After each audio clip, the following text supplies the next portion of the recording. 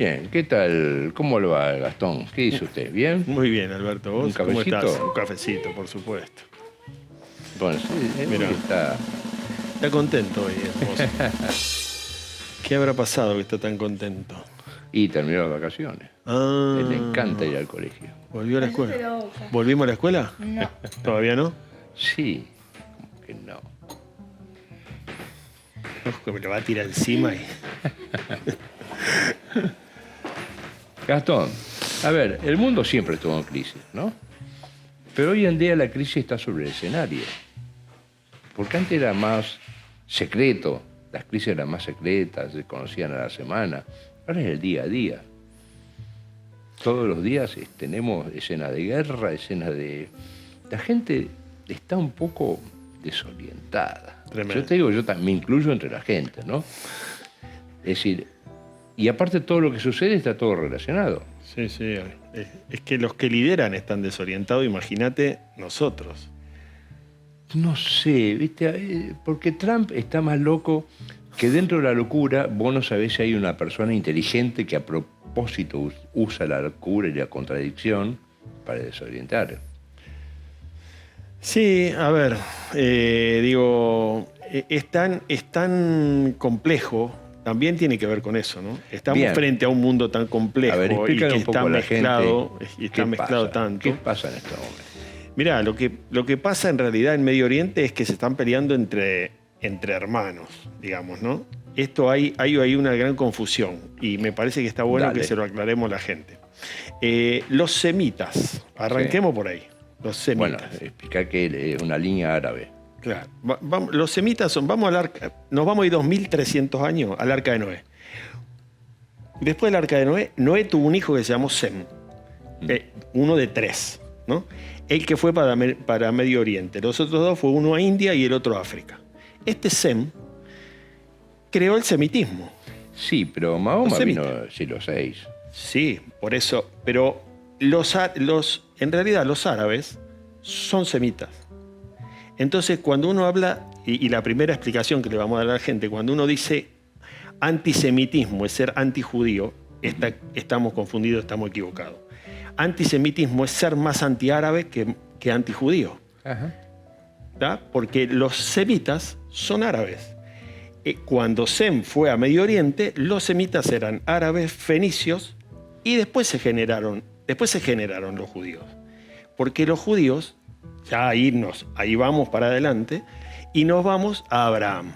Y Abraham tuvo 2 hijos, Isaac y Ismael. Época. Abraham, en el Antiguo Testamento, en la Biblia, ¿tá? Antes de Cristo, ¿sí? O sea, antes, más de 2026 No, años. claro, sí. Entonces, Abraham, que es el padre de Isaac y de Ismael, ahí se genera la división entre judíos y islámicos. O sea, son 2 hermanos. Fíjate que Isaac tiene un hijo que se llama Jacob, que después Dios lo nombra Israel. O sea, Jacob, Dios lo nombra Israel, y Israel crea las 12 tribus de Israel. Que Abraham la lleva a Canaán, ahí en donde está Palestina. Los asirios se hacen de toda esa zona y las 12 tribus de Israel se pierden en el mundo. ¿Sí? ¿Hasta ahí seguimos? ¿Hasta ahí vamos bien? Sí, Bueno. más o menos, pero bueno. Y ahí aparecen estas 12 tribus de Israel, se llevan consigo la religión judía, ¿no? Y ahí empiezan a ser perseguidos en todo el mundo, y en 1880 en Rusia hay una gran persecución de judíos, y ahí se crea los amantes de Sim, que en realidad van a terminar siendo sionistas, claro. Y ahí se crea el sionismo. Los sionistas, ¿qué van a decir? Tenemos que crear un Estado porque nos están persiguiendo en todo el mundo. Tenemos que volver a generar en algún lugar un Estado. Aparece, por supuesto, Jerusalén como alternativa. Aparecen 2 alternativas más. ¿Sabes cuáles fueron? No. Uganda, una, en África, y Argentina, la otra. No. ¿Sí? Una de las alternativas fue Uganda, la otra fue Argentina. Finalmente se decidieron por volver a la tierra prometida. ahí se rompe la relación del sionismo con el judaísmo, con la religión. ¿Por qué? Porque Y ahí está el sefaradí. bueno, ahí aparecen estos, un poco los curas judíos, que se denominan los sefaradíes, y en realidad ellos dicen, la religión nuestra, el judaísmo, dice que para que volvamos a la tierra prometida, tiene que venir el Mesías, primero, que va a ser la manera en que Dios nos autoriza a volver a la tierra prometida. Y los sionistas le van a decir, no vamos a esperar a ningún Dios ni a ningún Mesías, ni a ningún enviado. Ustedes vuelvan a la religión que nosotros nos encargamos de volver como instrumento político a la tierra prometida. Bien, ahí hay dos divisiones. Y ahí se divide y después conviven. Hoy Netanyahu, hoy la conducción de Israel no está en manos del judaísmo, sino que está en manos del sionismo. El sionismo es una ideología política, ¿sí? Entonces ahí tenemos claramente la diferencia entre semitas. No pongamos todo en la misma bolsa. No podemos poner a todo en la misma bolsa. Y hay por que supuesto por que separado.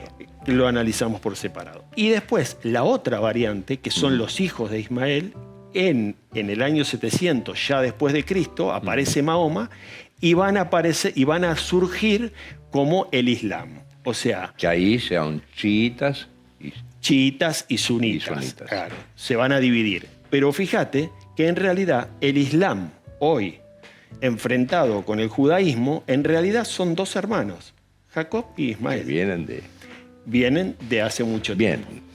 Irán, ahora, estamos dando una clase, pero apurémonos porque nos falta. No, ahí va. Y aparece, ahí aparece Irán, aparecen los persas, que también le están haciendo que fue un imperio una que era mixto en cuanto muy tolerante en cuanto a las religiones, el imperio persa. Bueno, va a ser el padre de todas las religiones, porque Exacto. el imperio persa eran zoroastristas.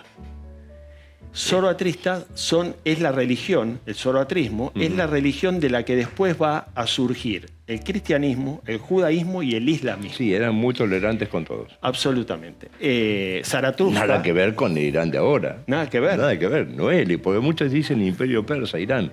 No.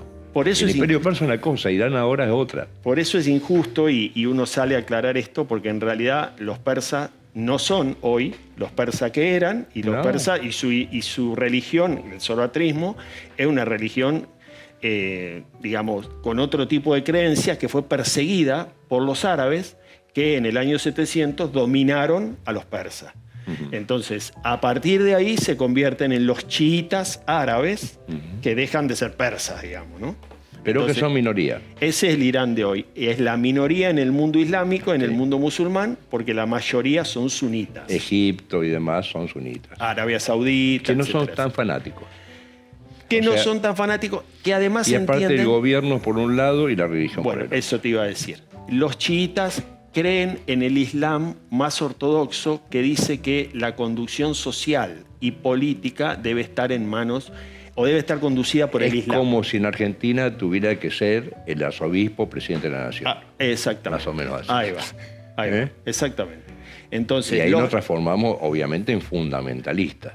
Y en Israel pasaba lo mismo, los rabinos estaban por encima del gobierno, pero en esta ruptura que te comenté recién, entre sionistas y judaísmo, se produjo una fractura. Hoy en Irán la conducción está en manos religiosas. Nosotros decimos un judío, abarcamos todo. Claro. Y no es así. No es así. Hay hebreos que no son judíos, hay judíos que no son sionistas, o sea... Y como te decía, hay pero bueno, hay un Xi Jinping que no es ni judío, que está aparte. Y hay un Putin que está aparte. Sí. Interesante tu clase, pero quiero saber qué está pasando ahora. O sea, ¿quién gana la guerra de Ucrania? Ajá. Nosotros hablamos hace bastante, la guerra de Ucrania lleva 4 años. Para los rusos, 1 millón entre muertos y heridos. Rusos, que son los que van ganando, en teoría. Y yo te dije en una oportunidad, cuidado que no se convierta en un segundo Vietnam. No, y cuidado que no se convierta en una guerra contra Europa. Bueno, es que está en las puertas. está en las puertas de convertirse en una... Y ahí no quiere meterse Trump. No, Trump está haciendo todo lo posible para no meterse. Estados Unidos no se mete ahí. Es más, prefiere protagonizar la guerra en Medio Oriente que meterse en Europa. Claro, ahí está. Trump está con Medio Oriente, que ahí Europa no se mete. Europa... ¿Quién gana la guerra de Medio Oriente? La guerra de Medio Oriente no va a pasar como en Ucrania, no se gana ni se pierde, pero en realidad, si escalan un paso más de donde estamos, Sí. se convierte en una guerra que tiene una implicancia global de Bueno, pero si magnitudes estamos que nunca hablando de tuvimos. que Ucrania puede convertirse en una guerra de Rusia contra Europa, esta guerra de Irán, de Estados Unidos y de operación con Irán, se puede transformar en una guerra que se meta ¿quién? En una guerra global en términos... China. No, China ya está metido, no, está como protagonista indirecto, pero el problema de la guerra de Medio Oriente es Económico. el estrecho de Hormuz y es el Mar Rojo. Ahora hay otro estrecho. Claro, el del Mar Rojo. Del Mar Rojo. El Mar Rojo comunica a todo lo que donde están los hutíes, comercio al mar Mediterráneo y la salida a Oriente también. Y ahí están los hutíes que son aliados, entre comillas, de los todo chiitas. ese problema es el petróleo. Entre los dos estrechos, 40% de petróleo del mundo, 40% de gas del mundo, y escucha esto además, 50% de los fertilizantes del mundo y 35% del aluminio. Con lo cual, el problema de la guerra de Medio Oriente, que si escala y se cierran estos dos estrechos, se convierte en una guerra global de unas dimensiones que no sabemos. Porque imagínate 50% de los fertilizantes van a parar, van a generar una hambruna de las que no tenemos. No se puede cosechar. No se puede cosechar, no se puede sembrar, no se puede cosechar. Entonces, van a generar un hambre desproporcionado. Bien. ¿Qué le conviene a Estados Unidos en este momento? Y a Estados Unidos, a los dos les conviene parar esto, a los dos les conviene, y también le conviene a China, o sea, le conviene al mundo. ¿Por qué no le puede parar? Porque está Israel, porque está Israel en el medio y Israel no quiere parar esto. Israel, cuando hablo de Israel, hablo de su gobierno. Por eso dice la distinción anterior. ¿No? Con un motivo que Irán se prometió a lo largo del tiempo en algún momento aniquilar a Israel. Bueno, sí, es el argumento que los dos esgrimen, ¿no? Sí, o sea, pero de una manera u otra válido, porque Irán, si pudiera, lo haría. Sí, a ver. Si Irán tuviera la bomba atómica, ¿la tira Israel? Si Irán tuviera la bomba atómica, te garantizo que no habría conflicto. ¿Por qué? Porque con los países que tienen bomba atómica nadie se mete. No, fíjate, Pakistán la tiene e India la tiene. Y Pakistán albergó 8 años a Osama Bin Laden en un territorio militar. Creó Al Qaeda. Bueno, ahora Trump le quiere dar tecnología nuclear a Arabia Saudita. A Arabia Saudita. ¿Para qué? Para que se equilibren. Fíjate Corea del Norte. Corea del Norte, ¿quién habla de democracia? Aparte, y nadie se es mete. una bomba atómica china, siempre. Bueno, entonces... no la tiene Xi Jinping, pero la tiene... Entonces sería una solución que Irán tuviera arma nuclear. Esto no hubiera pasado si Irán tuviera armas nucleares. Bien, están estas dos guerras, y hay otra guerra que tiene un claro ganador hoy por hoy, que es la guerra comercial, Sí. que es China. Se está quedando con el comercio del mundo. Sí, definitivamente. El otro día estaba leyendo algo que se atribuyen a Nostradamus, viste, que para poder tener visualizaciones en YouTube, te lo meten a Nostradamus en todo. De que Occidente, o sea, Estados Unidos, va a perder la mitad del planeta como cliente, como potencia. Y la otra potencia va a quedar en manos de China. Sí, definitivamente es lo que está... Y nosotros como comprándole a ellos, ¿no? Como clientes. Mirá, China se convierte inexorablemente en la industria, en el proyecto industrialista del planeta. En realidad no va a ser el enemigo de Estados Unidos, es el enemigo en términos productivos y en términos de industrialización, es el enemigo del mundo. Si mata a alguien, mata a un cliente.